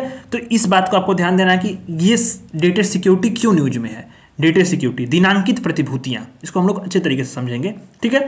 तो आप समझो कि केंद्र सरकार क्या कर रही है चालू वित्त वर्ष में, मतलब जो हमारा वर्तमान में वित्त वर्ष चल रहा है, इसकी दूसरी छमाही में, मतलब दूसरी जो एक पहली वाली छमाही दूसरी वाली छमाही, ठीक है, इसमें बाजार से, ठीक है, बाजार से यानी कैपिटल मार्केट से, ठीक है, 6.5 ट्रिलियन रुपए उधार लेगी सरकार। क्यों लेगी, क्योंकि सरकार राजकोषीय घाटे को पूरा करेगी जो GDP का 5.9 है, यानी हम अपने राजकोषीय घाटे का प्रबंधन करने में फेल रहे हैं, और ये GDP का जो है 5.9% है, और सरकार इसीलिए जो है इसका जो है उधार ले रही है, कहां से, पूंजी बाजार से, ठीक है, मतलब कैपिटल मार्केट से ले रही है। और किस प्रकार ले रही है, इन्हीं सारी चीज़ों को समझेंगे। इसीलिए जो है गवर्नमेंट सिक्योरिटी यानी कि डेटेड सिक्योरिटी जो है आपका, ये न्यूज में रह रही है, ठीक है। तो आपको इंटीग्रेशन से मैंने आपको पढ़ाया ना, तो आपको समझ में तो आया होगा कि राजकोषीय घाटा का जो लक्ष्य था इनके सिंह समिति सिफारिश की, उसके बाद से सरकार क्या कर रही है, केंद्र की राज्यों की स्थिति क्या है, और वर्तमान में केंद्र क्या है, जो केंद्र सरकार है, क्यों ये कैपिटल मार्केट से जो है ये यानी कि बाजार से क्या कर रही है, उधार ले रही है 6.5 ट्रिलियन रुपए, और कैसे ले रही है, इन सारे माध्यम के बारे में, इसीलिए जो है ये डेटेड सिक्योरिटीज न्यूज में है। तो मार्केट दो प्रकार का होता है, एक मनी मार्केट होता है, कैपिटल मार्केट होता है। यहाँ पे बात की कैपिटल मार्केट की, ठीक है। तो अब कैपिटल मार्केट में क्या हुआ, पूंजी प्राप्त करने की जो लंबी अवधि की प्रक्रिया होती है, यहाँ पे क्या लंबी अवधि के लिए, मान लीजिए हमें लंबे समय के लिए पूंजी चाहिए, ठीक है, मान लो हमें 1 लाख रुपए चाहिए, ठीक है, लंबे समय के, मैं सरकार हूं, उदाहरण के तौर पे बता रहा हूं, मैं एग्जांपल के तौर पे, तो मैं आपको पूंजी मतलब इसमें जाऊंगा आपका कैपिटल मार्केट में, ठीक है। ये ऋण की प्राप्ति होगी और इसकी परिपक्वता अवधि क्या होगी, मतलब कि 365 दिनों से ज्यादा होगी, ठीक है। तो मान लीजिए कि इसमें भागीदार कौन कौन से होते हैं पूंजी बाजार में, तो पूंजी बाजार में आप समझो कि पूंजी बाजार को डायरेक्टली कौन, RBI नियंत्रित नहीं करता है। ऋण लेने और ऋण का लेने यानी कर्ज को लेने और देने का काम कौन करेगा, RBI नियंत्रित करता है। और दूसरा शेयर मार्केट और डिवेंचर को कौन नियंत्रित करता है, SEBI करता है, इसको आपको पता ही होगा, ठीक। तो अब मान लो कि ये न्यूज में क्यों रहा, सरकार तो मान लीजिए कि पैसे लेना चाहती है, ठीक, क्यों, राजकोषीय घाटे को पूरा करने के लिए, पर यहाँ न्यूज में क्यों है डेटेड सिक्योरिटी, क्यों ले रही है ऐसा, क्यों ऐसा बताया गया है? क्योंकि जब पूंजी बाजार होता है ना, कैपिटल मार्केट, तो कैपिटल मार्केट में जो हमें पैसा प्राप्त करना है तो हमें दो प्रकार से प्राप्त हो सकता है, एक तो गवर्नमेंट सिक्योरिटीज पे, GSEC पे, मैंने गवर्नमेंट सिक्योरिटीज पे बॉन्ड के रूप में, ठीक, बॉन्ड के रूप में, और औद्योगिक प्रतिभूतियां, ठीक है, यानी इंडस्ट्रियल सिक्योरिटीज, उसमें शेयर और डिवेंचर, मतलब उसमें शेयर और डिवेंचर बेचेगी सरकार, तो उसको इंडस्ट्रियल सिक्योरिटीज पे, तो दो प्रकार से हम प्राप्त कर सकते हैं, एक तो हो गया गवर्नमेंट सिक्योरिटी, दूसरा हो गया इंडस्ट्रियल सिक्योरिटीज, ठीक है। तो गवर्नमेंट सिक्योरिटीज में बॉन्ड के रूप में जो है यहाँ पे होता है, ठीक।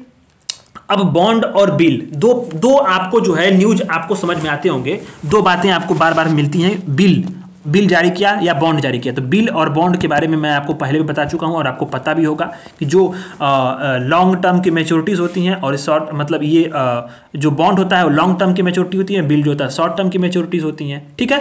तो बॉन्ड क्या होता है, लंबे समय के लिए होता है, ठीक। तो सरकार क्या करती है कि यही बॉन्ड के माध्यम से जो है ये क्या करती है कि जो कैपिटल मार्केट है ना, यानी पूंजी बाजार, वहां से पैसा प्राप्त करती है, ठीक। तो गवर्नमेंट सिक्योरिटीज क्या है, गवर्नमेंट अभी बताया ना कि दो ही माध्यम है, एक तो इंडस्ट्रियल सिक्योरिटी, दूसरी गवर्नमेंट सिक्योरिटी। तो गवर्नमेंट सिक्योरिटी बॉन्ड के रूप में जाती है, कहां से, मतलब कि आप समझो कि आपको पैसा देना है, लेना है हमको, तो गवर्नमेंट सिक्योरिटी बॉन्ड के रूप में देंगे पूंजी बाजार में, तो हमको पैसा मिलेगा, ठीक है। सरकार यही यूज करती है, इसीलिए जो है कि डेटेड सिक्योरिटी यहाँ पे न्यूज में है। तो अब यहाँ बताया ना गवर्नमेंट सिक्योरिटी, तो गवर्नमेंट सिक्योरिटीज क्या होती हैं कि गवर्नमेंट सिक्योरिटी केंद्र और राज्यों द्वारा जारी करने वाला एक जो है ट्रेडेबल इंस्ट्रूमेंट, यानी व्यापार योग्य लिखित होता है, ठीक है। अब मान लो कि सरकार को अपना व्यय पूरा करना है या कोषीय प्रबंधन के लिए लंबी अवधि की ऋण की आवश्यकता हो, ठीक, तो आरबीआई क्या करेगी, आरबीआई बैंकों तथा वित्तीय संस्थानों को बॉन्ड के रूप में सरकारी प्रतिभूतियां बेच देगी, ठीक। अब इनकी परिपक्वता अवधि क्या होगी, यानी जो मैच्योरिटी के पीरियड होगी वो 365 दिन से ज़्यादा की होती है, इसीलिए इसको क्या बोलते हैं, गिल्ट एज सिक्योरिटी बोलते हैं, इसको ना जोखिम मुक्त गिल्ट एज लिखा, इसको बोला गया ना यहाँ पे। इसी तरह से इसको जो है कि गिल्ट एज सिक्योरिटीज बोलते हैं, क्योंकि जो है कि यहाँ पे इसको बोला गया है जोखिम मुक्त गिल्ट एज लिखत, क्योंकि इसमें कोई चूक नहीं होता है। आरबीआई क्या करती है, सीधे सीधे बैंकों वित्तीय संस्थानों को बॉन्ड के रूप में गवर्नमेंट सिक्योरिटी बेच देती है, परिपक्वता अवधि 365 दिन से बात होगी, अधिक होगी, इसीलिए इसको गिल्ट एज सिक्योरिटी बोला जाता है, ठीक है। अब मतलब ऐसा नाम क्यों दिया गया, ऐसा कहा जाता है, ऐसा इसलिए कहा था क्योंकि ब्रिटिश काल में क्या था कि जो भी सिक्योरिटीज होती थी चारों ओर इसके सुनहरे रंग का किनारा होता था, इसलिए इसको गिल्ट एज बोलते हैं, ठीक है।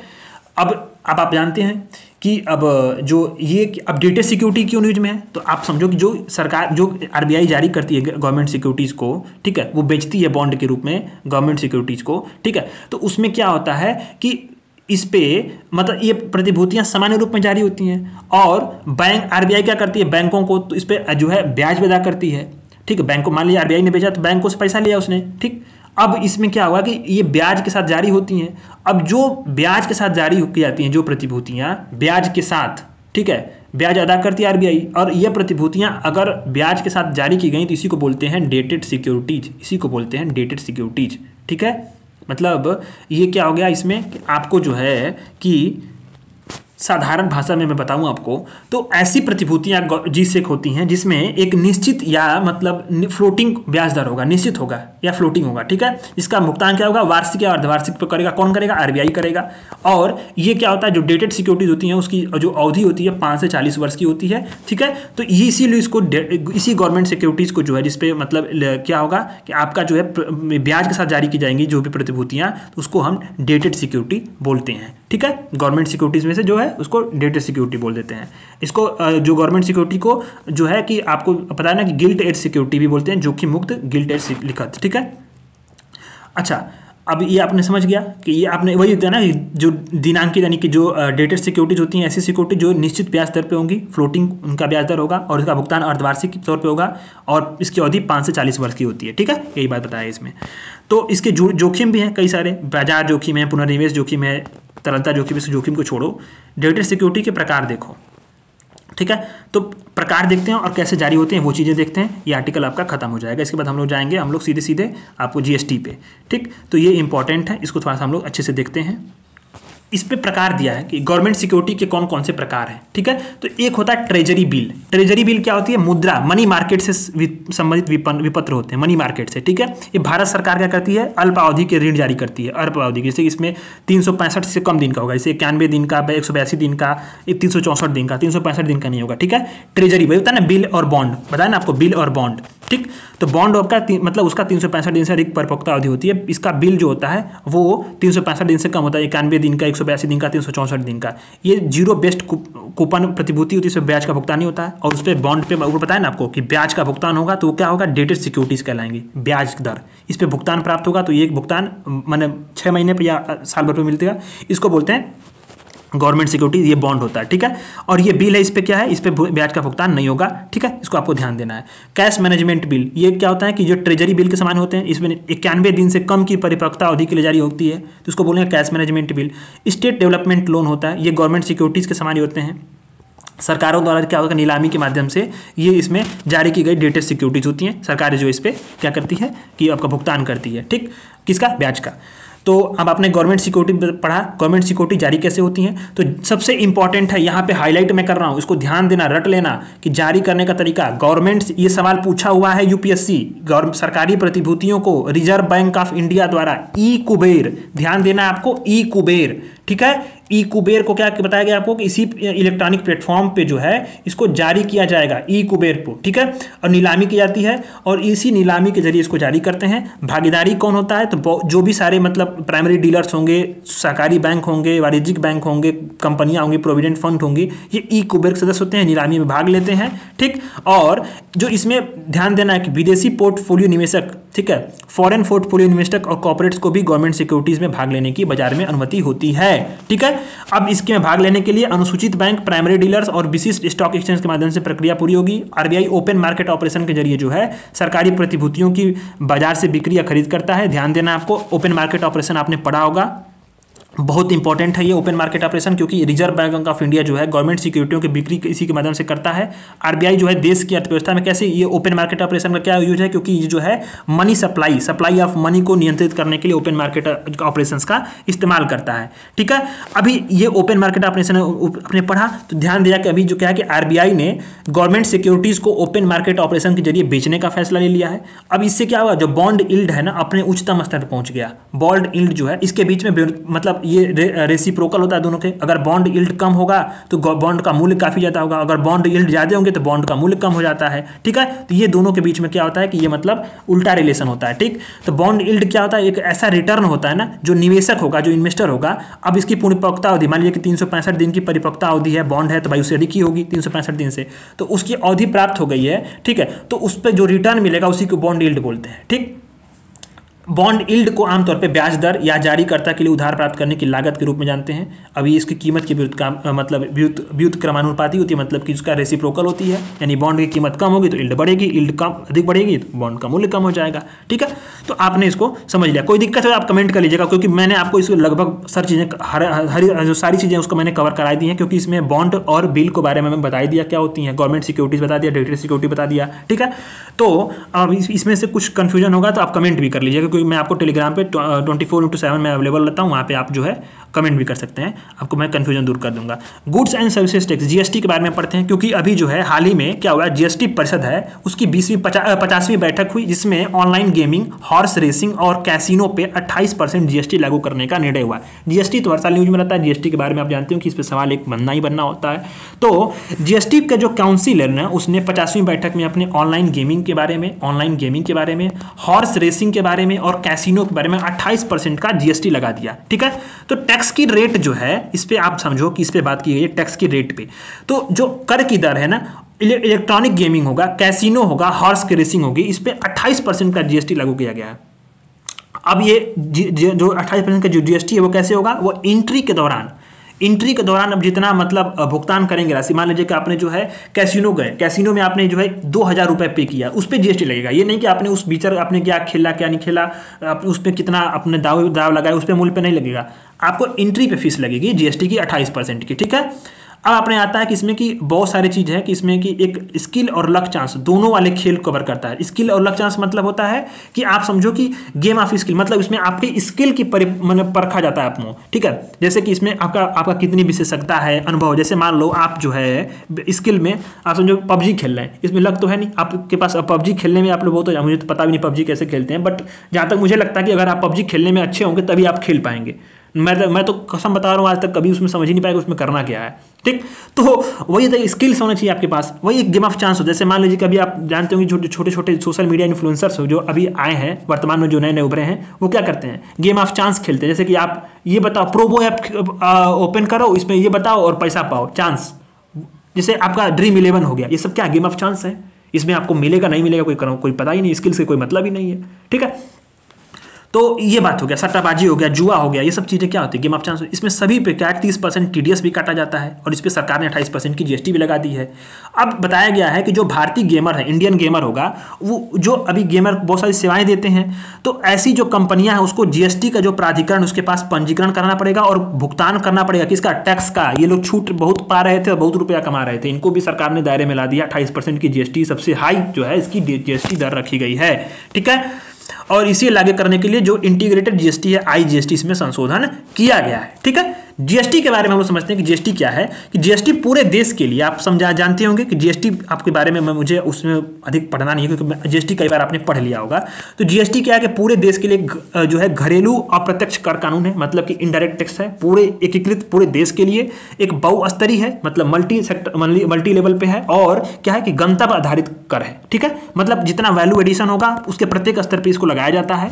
और कैसे ये लागू हुआ, तो 1 जुलाई 2017 को डेट ध्यान दीजिएगा, 1 जुलाई 2017, वनडे एग्जाम्स वाले, UPPCS वाले, BPSC वाले, ठीक है। ध्यान दीजिए कि 1 जुलाई 2017 ये डेट है और 101वां संविधान संशोधन है, जिसमें जो है कि भारत में GST, उत्पाद शुल्क, वैट, सेवा कर के जगहों पे इन सारे जो अप्रत्यक्ष कर थे उसको समाहित करके GST लगाएगी पूरे देश में एकीकृत रूप से, ठीक है। कब, 101वें संविधान संशोधन के माध्यम से 1 जुलाई 2017 को, ठीक है। यहां सवाल उठता है, केलकर टास्क फोर्स ने जो इनडायरेक्ट टैक्स पे क्या हुआ था कि जो इंटीग्रेटेड GST को लागू करने का विचार दिया था वर्ष 2000 में, ठीक है। इसको ध्यान देना। अब आता है बहुत इंपॉर्टेंट, प्रतिदिन को ध्यान देना आप लोग, प्रतिदिन भूलना मत। ये आपको बुक में नहीं मिला होगा, बुक में कोई नहीं होगा, किसी बुक में नहीं होगा ये चीजें, प्रतिदिन वाला, ठीक है। प्रतिदिन क्या है कि GST के लिए वेब आधारित दैनिक प्रदर्शन प्रबंधन प्रणाली है, डेली बेस्ड पे जो है ये डिस्प्ले मैनेजमेंट सिस्टम है, जो क्या करती है, GST के लिए प्रबंधन करती है। और कौन लागू करता है, CBIC, जो मतलब केंद्रीय अप्रत्यक्ष कर और सीमा शुल्क बोर्ड, ठीक है, ये लागू करता है, ठीक। तो CBIC लागू करता है किसको, प्रतिदिन जो है, प्रतिदिन वेब पोर्टल को। वेब आधारित एक प्रणाली है जो क्या करती है, GST के लिए मैनेजमेंट करती है प्रतिदिन के तौर पे, ठीक है। अब GST के स्ट्रक्चर पढ़ते हैं क्योंकि बहुत इंपॉर्टेंट है, इससे सवाल एक बनेगा, मैं मान के चल रहा हूँ इसमें से एक सवाल बनेगा, ये वाला बहुत इंपॉर्टेंट है अब, और इसमें मैंने बहुत सारी चीजें पढ़ाई हुई हैं, ठीक है। तो GST की स्ट्रक्चर आप समझो, पहले एक CGST है जो केंद्र सरकार द्वारा राज्य के भीतर जो इंटर स्टेट होगा उस पर, इंट्रा स्टेट होगा बिक्री उस पर वसूलते हैं, ठीक। और इसमें ध्यान क्या देना है कि इसमें जो राजस्व होगा वो केंद्र और राज्यों के बीच में समान रूप से वितरित होगा, मतलब जितना केंद्र का उतना सभी राज्यों का, ठीक है। तो ये ध्यान देना आपको कि CGST जो है केंद्र सरकार लगाती है, राज्यों के भीतर जो बिक्री होता है इंट्रा स्टेट पे उस पर। SGST क्या होता है, राज्य सरकार द्वारा राज्यों के भीतर जो है वो बिक्री होती है उसमें जो है वो लगाती है राज्य सरकारें। और इसमें क्या, इसका राजस्व केंद्र और राज्यों के बीच में समान रूप से साझा होगा। और एक IGST है, ठीक है। इसमें क्या होता है कि केंद्र सरकार जो है वो एक राज्य से दूसरे राज्य में, मान लीजिए कि कोई अगर जो है कि बिक्री हो रही है, ठीक है, केंद्र एक राज्य से दूसरे राज्य में जो बिक्री हो रही है उसके लिए वसूलती है, ठीक। तो ये केंद्र सरकार क्या करेगी, जो वस्तु का गंतव्य है ना, जहां पहुंचता है लास्ट व्यक्ति, उसी पे राज्यों के साथ, उसी पर जो है राज्यों के साथ IGST के राजस्व को साझा करती है, ठीक है। ये बात आपको ध्यान देना। तो GST की आवश्यकता क्यों हुआ था कि एकल राष्ट्रीय बाजार, जटिल कराधान व्यवस्था थी, कैस्केडिंग के मुद्दे थे टैक्स के लिए, ठीक है। प्रौद्योगिकी के इस्तेमाल की आवश्यकता हो गई थी, ईज ऑफ डूइंग बढ़ाना था, सीमित हो चुका था, कर संग्रह की लागत जो थी वो उछल गई थी और कर संग्रह कम हो गया था, सरकार की जरूरत पड़ गई थी, ठीक है। अब GST संबंधित कुछ निकाय हैं और संस्थान हैं, इसमें संशोधन हुआ है सर, यहाँ से सवाल एक बनना ही तय है क्योंकि ये बहुत इंपॉर्टेंट है, ठीक है। यहाँ आ रहा है GST नेटवर्क, GSTN। जीएसटीएन क्या है? एक गैर लाभकारी कंपनी है, ये बात आपको ध्यान देना है। जीएसटीएन, ठीक है, जीएसटीएन क्या है? जीएसटी नेटवर्क एक गैर लाभकारी कंपनी है। इससे क्या होगा? इससे करदाता पंजीकरण, रिटर्निंग का फाइलिंग और कर भुगतान सहित जो है जीएसटी की प्रणाली के लिए एक आईटीआर के आधार के रूप में, आईटी आधार के रूप में इसको, मतलब ये इंफॉर्मेशन टेक्नोलॉजी के रूप में इसको विकसित किया गया है। अब जो जीएसटी काउंसिल है ना, इसको सरकारी कंपनी के रूप में बदलने की मंजूरी दे दी है। इंपॉर्टेंट बात यही है, क्योंकि ये गैर लाभकारी एनजीओ के तौर पे थी, कंपनी के तौर पे थी, ठीक है। अब इसको जीएसटी काउंसिल ने सरकारी कंपनी में बदलने की मंजूरी दी, ठीक है। 100% जो इसका शेयर होगा सरकार का होगा, जिसमें 50% केंद्र सरकार, 50% जो है ज्वाइंट रूप से राज्य सरकारें होंगी और यूटी होंगे, यानी यूनियन टेरिटरीज होंगे, ठीक है। अब आता है आपका जीएसटेट, बहुत इंपॉर्टेंट है, ये तो समझो कि मैं आपको पढ़ा ही चुका हूं। क्यों? क्योंकि क्या है? एक वैधानिक निकाय है, ठीक है। आपको ध्यान देना है, जीएसटेट केंद्रीय जीएसटी अधिनियम के तहत एक वैधानिक निकाय है, और ये जो जीएसटी कानून है उसके तहत अपील का दूसरा मंच है। मतलब आप समझो कि क्या होता है कि पहले स्तर का जो क्या है कि ये अपीली प्राधिकरण होता है, ठीक है। अब अपीली प्राधिकरण का जो है, मतलब अपीली प्राधिकरण क्या होता है? पहले स्तर पे होता है, ठीक। अब इसके तहत क्या होगा कि जो जीएसटी का जो अपीली प्राधिकरण है, अपीली प्राधिकरण, अब इसने मान लिया कोई आदेश पारित किया, उसके खिलाफ कहाँ जाएंगे हम लोग? जीएसटेट में जाएंगे, ठीक है, जीएसटेट में। तो यहाँ शब्द पर ध्यान दीजिएगा, बहुत सी चीज़ों मैंने इस पर हाईलाइट की हैं, इसको देखिए ध्यान से। कि जीएसटी कानून है उसके तहत अपील का दूसरा मंच है, मतलब प्राइमरी जो यहाँ पे अपील नहीं, ये अपील यहाँ पे दूसरी, मतलब किस पे? अपीली प्राधिकरण है एक तरह से, क्योंकि पहले स्तर पे जो भी निर्णय आएगा, ठीक है, उसके आदेशों के खिलाफ, यानी अपीली प्राधिकरण या पुनरीक्षण प्राधिकरण के द्वारा जो आदेश होगा उसके खिलाफ अपील जो होगी वो सुनवाई कौन करेगा? जीएसटेट करेगा, ठीक है। और अगर केंद्र और राज्यों में, मान लो केंद्र है और राज्य है, उसके बीच में कोई विवाद हो गया, ठीक है, पैसे को लेकर या कर के जो बंटवारा को लेकर, मान लो केरल है और केंद्र सरकार है, ठीक है, या बंगाल है, मान लो बंगाल में विपक्ष की सरकार है और केंद्र सरकार, जैसे मान लो विवाद हो गया, तो पहला मंच कौन होगा? अपीली प्राधिकरण नहीं होगा, जीएसटेट होगा, ठीक है, जीएसटेट। ये जीएसटेट क्या होगा? मतलब ये आपका पहला जो है मंच होगा जहाँ पे विवाद समाधान होंगे, ठीक है। और इस तरह से ये अपीली अधिक प्राधिकरण है पहले स्तर पे, क्योंकि यहाँ पे जो है कि जो पुनरीक्षण, मतलब जो भी प्राधिकरण होंगे जीएसटी के, उसके आदेशों के खिलाफ जो यहाँ पे सुनवाई होगी, ठीक। इसी में जीएसटेट अधिनियम 2023 में जो है कुछ बदलाव किए गए, इसी जो जीएसटेट है, ठीक है, जीएसटी अपीली प्राधिकरण जो है इसमें कुछ बदलाव किए गए 2023 में अधिनियम के तहत। इसमें क्या बताया गया कि इसके सदस्यों के लिए योग्यता में बदलाव हुआ, मतलब कम से कम 10 साल के अनुभव वाले जो अधिवक्ता होंगे उनको न्यायिक सदस्य के रूप में नियुक्त करने का प्रावधान है, जिससे उसे इनडायरेक्ट जो टैक्सेशन है उससे संबंधित मामलों में अनुभव होना चाहिए। और जीएसटेट का जो अध्यक्ष या सदस्य के रूप में नियुक्त होने के लिए न्यूनतम आयु कितनी होगी? 50 वर्ष होगी।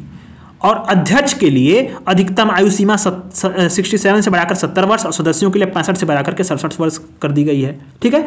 तो इसको आपको रट लेना है, 2-3 बार आपको पढ़ लीजिएगा, इसको नोट कर लीजिए ये वाला सेक्शन, क्योंकि ये सवाल बन सकता है। यहाँ पे जीएसटेट अधिनियम 2023 में बदलाव हुआ, इसमें योग्यता सदस्यों के लिए क्या है कि 10 साल का अनुभव अधिकता हो तो क्या होगा? न्यायिक सदस्य के रूप में नियुक्त होगा, ठीक। जीएसटेट के जो अध्यक्ष होंगे वो नियुक्त होने के लिए 50 वर्ष की न्यूनतम आयु होनी चाहिए, और इसके अध्यक्ष के लिए अधिकतम आयु सीमा अधिकतम कितनी? 70 वर्ष, और सदस्यों के लिए 67 वर्ष है, ठीक। तो ध्यान देना इसको। एक होता है जीएसटी काउंसिल, जीएसटी काउंसिल अभी ऊपर आपने पढ़ा ना, जीएसटी काउंसिल की बैठक हुई थी, जीएसटी काउंसिल ने जो जीएसटीएन को जो है सरकारी कंपनी बदलने की मंजूरी दे दी। तो जीएसटी काउंसिल है क्या कि जो आर्टिकल 279 है 279, ठीक है, उसके उपबंधों के लिए जीएसटी परिषद है, इसकी गठन, ये एक संवैधानिक निकाय है। ध्यान देना, जीएसटेट क्या है? वैधानिक निकाय है, मतलब इसका विधि में नियम है, सिर्फ विधि में इसका उल्लेख है। और जीएसटी काउंसिल क्या है? एक संवैधानिक निकाय है, मतलब इसका संविधान में उल्लेख है। इसको 101वें संविधान संशोधन के माध्यम से संविधान में जोड़ा गया। केंद्र और राज्यों का ज्वाइंट का ये मंच है, इसका अध्यक्ष केंद्रीय मंत्री होते हैं। सदस्य कौन होंगे? केंद्रीय वित्त राज्य मंत्री और राजस्व प्रभारी, और राज्य सरकारों द्वारा प्रत्येक राज्य सरकार द्वारा कोई मंत्री होगा। काम क्या करती है? जीएसटी के कार्यान्वयन संबंधी मुद्दों पर सिफारिश करती है, ठीक। और मतदान के लिए से निर्णय होता है, जिसमें निर्णय के लिए उपस्थित मतदान करने वाले सदस्यों की 3/4 बहुमत आवश्यकता होगी। डाले गए मतों में केंद्र की साइज 37% होती है, इसको ध्यान मत देना, बाकी चीजें छोड़ दो, ठीक है। वाइडनिंग टैक्स बेस आता है, कर आधार का विस्तार, थोड़ा सा इंपॉर्टेंट है, इसमें कुछ चीज़ों को समझेंगे। और इसके बाद लास्ट हम लोग आर्टिकल पढ़ेंगे आपका ऑफिशियल स्टैटिस्टिक्स, ठीक है, आधिकारिक सांख्यिकी पढ़ेंगे, और इसके बाद जो है हम लोग अपना कंप्लीट कर देंगे पूरे सेक्शन को। तो वाइडनिंग टैक्स बेस समझते हैं इसमें क्या है कि कर आधार का विस्तार की बात की गई है। केंद्रीय वित्त मंत्री ने आयकर विभाग से कहा कि कर आधार को विस्तृत करने के लिए 3 व्यापक सिद्धांत पारदर्शिता, निष्पक्षता और करदाता अनुकूल की व्यवस्था को पालन किया जाए। ठीक है, अब इस सरकार का क्या कदम उठाई है कर टैक्स के बेस को बढ़ाने के लिए, मतलब जो टैक्स है उसका आधार, मतलब ज़्यादा से ज़्यादा लोग जो है टैक्स दें, इस बात के लिए सरकार टैक्स के बेस को बढ़ाने का बात कर रही है।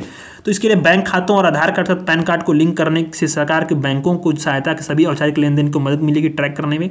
नए TDS कोड की शुरुआत हुई है। ठीक है, और जो वित्तीय लेन देन का जो है ये विवरण है उसमें नए डेटा स्रोत जैसे कि लाभांश, ब्याज आदि का भी जो है इसमें उल्लेख किया गया है। तो भारत में जो कराधान की वास्तविक स्थिति है उसमें बताया गया है कि वास्तविक स्थिति को ध्यान देना इसमें क्या क्या चीज़ों को, कि कर GDP का अनुपात यानी टोटल टैक्स कितना और GDP उसका बीच का अनुपात क्या है, कि किसी देश की जो GDP की तुलना में उस देश का जो कर राजस्व जैसे कि डायरेक्ट और इनडायरेक्ट उसका अनुपात होता है। तो वर्तमान में जो 2023 में क्या है 11%, 11.1%, 11.1%। ठीक है, GDP की तुलना में, इसमें डायरेक्ट कितना है, डायरेक्ट 6% और इनडायरेक्ट जो है 5.1%। ठीक, ये हो गया। अब क्या है कि जो ये कर GDP का अनुपात है ये क्या कहता है, किसी देश की जो अर्थव्यवस्था होती है उसके आकार के संबंध में, मतलब उसका जितना आकार है अर्थव्यवस्था की, उसमें जो कर का राजस्व उत्पन्न करने की क्षमता की एक उपयोगी माप है। ठीक, अब ये क्या है कि सामान्यतः देश के जो कर GDP का अनुपात है धीमी आर्थिक समृद्धि दर को दर्शाती है। ठीक, आयकर रिटर्न करने वाले कितने लोग हैं, कुल जनसंख्या का 5.3%। आयकर रिटर्न करने की, आयकर की अवधारणा सबसे पहले किसने प्रस्तुत की थी, जेम्स विल्सन ने की थी। इसको आपको ध्यान देना है। ब्रिटिश भारत सरकार के प्रथम वित्त मंत्री थे। वह क्या थे, ब्रिटिश के जो भारत सरकार थी उसके प्रथम वित्त मंत्री थे, कौन थे, जेम्स विल्सन, और इन्होंने ही जो है आयकर की अवधारणा को सबसे पहले भारत ने प्रस्तुत किया था। ठीक है, CBDT है केंद्रीय प्रत्यक्ष कर। इसने बताया है कि जो डायरेक्ट नेट जो है नेट डायरेक्ट टैक्स कलेक्शन है वो संग्रह बढ़ चुका है, 121.18% बढ़ा है। प्रत्यक्ष कर का GDP अनुपात 5.97 हो गया है और प्रत्यक्ष कर में जो है 2.5% का उछाल आया है। ये कम आधार जो मैंने जो होता है ना कि कम लोगों तक ये टैक्स क्यों है, मतलब कम कर का आधार क्यों है, क्योंकि क्या है कि जो ऑर्गेनाइज सेक्टर है, अनऑर्गेनाइज सेक्टर है, उसमें उसकी उपस्थिति काफ़ी ज़्यादा है। अधिकतर जो ऑर्गेनाइज सेक्टर मतलब मान लो कि जैसे कि कोई ऑर्गेनाइज सेक्टर, मान लीजिए आपके यहाँ कोई एक व्यक्ति आता है और वो बर्तन बेचता है। ठीक है, बर्तन बेचता है। अब उसके पास क्या है, उसके पास ना तो वो तो PF उसका रजिस्ट्रेशन होगा, ना ही उसका सैलरी अकाउंट में आती है, ना महीने का उसका पूरा वो टैक्स देता है। वो क्या है, वो तो एक बेच रहा है ना, उसका नकदी में लेन देन कर रहा है, ऑनलाइन ले रहा है, तो पता लगाना काफ़ी कठिन हो जाता है। ठीक है, तो अनौपचारिक क्षेत्र की जो उपस्थिति होती है, जो गिग वर्कर्स हैं, छोटे छोटे काम करने वाले लोग हैं, ये काफ़ी ज़्यादा है भारत में। कृषि आय पर छूट है, आप पता ही होगा 60% भारतीयों के लिए प्राथमिक स्रोत कौन है, कृषि है आय का, और ये छूट है कृषि आय पे। कर मुकदमेबाजी की जो अधिक घटनाएं हो रही हैं और तकनीकी विशेषज्ञता और संसाधनों की कमी है, कर प्रशासन ये कम प्रभावी है। तो यहाँ एक आता है छोटा सा एक सुर्खिया है, एंजल टैक्स। एंजल टैक्स, तो एंजल टैक्स क्या होता है कि 2012 में इसको प्रस्तुत किया गया था। इसे जो गैर सूचीबद्ध कंपनियां हैं उस पर जुटाई गई पूंजी जो होती है उसके द्वारा उस पर लगाया जाता है एंजल टैक्स। ठीक है, ये किस पे लगाते हैं, गैर सूचीबद्ध कंपनियों पे जो पूंजी जुटाई जाती है उनके द्वारा जो भी पूंजी वे जुटाए जाएंगे उनके पर ये टैक्स लगाता है। वित्त मंत्रालय ने इसी कराधान में बदलाव किया है और उन विदेशी संस्थाओं को इसमें अधिसूचित किया है जो कर प्रावधानों से तो छूट की जाएगी। ठीक है, तो इस पर आपको ध्यान देना है। एंजल टैक्स को 2012 में इसको प्रस्तुत किया गया था। ठीक है, अब आता है ऑफिशियल स्टैटिस्टिक्स। ठीक है, यानी कि आधिकारिक सांख्यिकी। हाल ही में कि सांख्यिकी और कार्यक्रम कार्यान्वयन मंत्रालय ने आधिकारिक सांख्यिकी पर राष्ट्रीय नीति का संशोधित मसौदा प्रस्तुत किया। ये आपको बस इसमें इतना ही ध्यान देना है कि कुछ सांख्यिकी समेत जो चीज़ें होंगी वो क्या है कि आधिकारिक सांख्यिकी पर राष्ट्रीय नीति का मसौदा किसने दिया, सांख्यिकी कार्यक्रम कार्यान्वयन मंत्रालय ने दिया। ये क्या होगा, ये नीति क्यों आई गई है इसमें, क्योंकि यह नीति जो है वो जो ऑफिशियल जो सांख्यिकी है ना उस पर UN का जो सिद्धांत है UNFPOS इसका समर्थन करती है। भारत ने इसको जो है 2016 में अपनाया था UNFPOS। ठीक है, United nation fundamental principle of the official statistics. ठीक है, तो आपको इस पर ध्यान देना है। तो इस नीति में कुछ प्रमुख पहले हैं, कुछ प्रमुख क्षेत्र हैं, जैसे कि IDS का निर्माण। ठीक है, इंटीग्रेटेड डेटा प्रणाली का, इंटीग्रेटेड डेटा सिस्टम का निर्माण किया जाएगा, डेटाबेस को आपस में जोड़ा जाएगा। ठीक है, नवाचार के जैसे आर्टिफिशियल इंटेलिजेंस और मशीन लर्निंग की टेक्नोलॉजी का इस्तेमाल किया जाएगा। और जो कोर सांख्यिकी, जो कोर आधिकारिक सांख्यिकी है जैसे GDP हो गया, मूल्य सूचकांक हो गया, सस्टेनेबल डेवलपमेंट गोल हो गया, इसको कोर सांख्यिकी के रूप में डिजाइन किया जाएगा। ठीक है, अब आप जान लो कि इसमें की वर्तमान स्थिति क्या है सांख्यिकी प्रणाली की। तो भारत में जो है सांख्यिकी और कार्यक्रम कार्यान्वयन मंत्रालय राष्ट्रीय स्तर पर देश में जो सांख्यिकी प्रणाली उसको इंटीग्रेटेड जो उसका डेवलपमेंट के लिए योजना बनाने वाली नोडल एजेंसी है। ठीक है, शीर्ष स्तर पे कौन इसका समन्वय करता है? तो आर्थिक और सांख्यिकी निदेशालय करता है। ठीक है, आपको ध्यान देना है राष्ट्रीय सांख्यिकी आयोग, ये थोड़ा सा इंपॉर्टेंट है, बस इसीलिए मैं इसको, और इस पे 7वीं अनुसूची वाला है इसीलिए मैं आपको जो इस पे मैंने हाईलाइट किया है कि राष्ट्रीय सांख्यिकी आयोग पे ध्यान देना है कि यह जो है सांख्यिकी मामलों की शीर्ष सलाहकारी निकाय है और 2006 में इसको केंद्र सरकार ने गठन किया था। क्या है ये? निकाय है। कौन सी? सलाहकारी, सांविधिक या विधिक या संवैधानिक नहीं है, ध्यान देना। राष्ट्रीय सांख्यिकी आयोग सलाहकारी है, 2006 में गठन हुआ था। किसके सिफारिशों पे? सी रंगराजन आयोग की सिफारिशों पे। नोट कर लेना कॉपी में, सी रंगराजन आयोग। ठीक है, राष्ट्रीय सांख्यिकी आयोग को इसने सिफारिश की थी। और जो सांख्यिकी सब्जेक्ट है ना, ये किस में है? ये संघ सूची की प्रविष्टि जो 94 और समवर्ती सूची की प्रविष्टि 45 में है। ध्यान देना, 7वीं अनुसूची में इसका स्थान। ठीक है, और इसमें बहुत सारे कानून के तहत इसको संचालन करते हैं, जैसे जनगणना अधिनियम 1948, जन्म मृत्यु पंजीकरण 1969, ठीक है, और सांख्यिकी संग्रह अधिनियम 2008। इन सारे कानूनों के तहत इसका हम लोग संकलन करते हैं, इसको हम लोग अप्रोच करते हैं। ठीक है, तो इस तरह से जो है ये हम लोगों ने 1 घंटे की क्लास में जो है 1 घंटे 10 मिनट की क्लास में लगभग पूरा वाला जो ये सेक्शन था, हम लोगों ने दूसरा जो यूनिट है फिस्कल पॉलिसी, इसमें हमने अच्छे से सारी चीज़ों को कंप्लीट कर लिया है। इसमें कोई दिक्कत होगी इस वाले पूरे टॉपिक में आप कमेंट कर देना, मैं आपको बता दूंगा। ठीक है, तो फिस्कल पॉलिसी आज हमने कंप्लीट कर दिया है। कल से हम लोग, अब ये मैं इसको थोड़ा सा समय देकर इसलिए पढ़ाया चूँकि इसमें से समझाना बहुत जरूरी था, यहाँ से सवाल बनते हैं। और आप टेलीग्राम ज्वाइन कर लीजिए, आप PYQ में डालूंगा, उसको आप लोग सॉल्व करिएगा। और प्लीज़ अपने कमेंट के माध्यम से हमें बताइएगा कि हमें क्या और करना चाहिए और आपको क्लास कैसी लगी, फीडबैक जरूर दीजिएगा। ठीक है, धन्यवाद।